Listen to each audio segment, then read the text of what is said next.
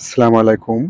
তো বন্ধুরা, আমরা একটা টিকটকের যখন অ্যাকাউন্ট ক্রিয়েট করি, তখন আমরা প্রফেশনাল একটা নাম খুঁজে না খুঁজে বা আমাদের নিজের নামে না খুলে অন্য একটা নামে খুলে ফেলি। তো পরবর্তী যখন নামটা চেঞ্জ করব, নামটা চেঞ্জ করতে পারি না। তো কিভাবে নামটা চেঞ্জ করব আজকে আপনাদেরকে বলবো। তো ভিডিওটি ফুল কন্টিনিউ করবেন। কন্টিনিউ করলে শিখতে পারবেন বা বুঝতে পারবেন। সো আমাদের চ্যানেলে যদি নতুন দর্শক হয়ে থাকেন, অবশ্যই চ্যানেলটি সাবস্ক্রাইব করে রাখবেন।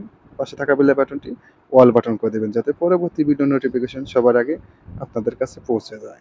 যারা চ্যানেলটি সাবস্ক্রাইব করে যারা চ্যানেলটি সাবস্ক্রাইব করে রেখেছেন, তাদেরকে অসংখ্য ধন্যবাদ।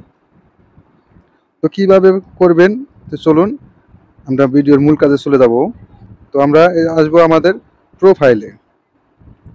প্রোফাইলে আসার পরে আপনারা ট্যাপ করবেন এই যে ইডেট প্রোফাইল, এখানে ট্যাপ করবেন।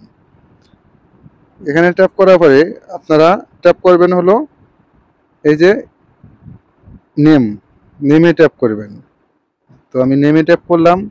ট্যাপ করার পরে এখানে আমি যে নামটি দেব সেই নামটি এখানে বসিয়ে দেব।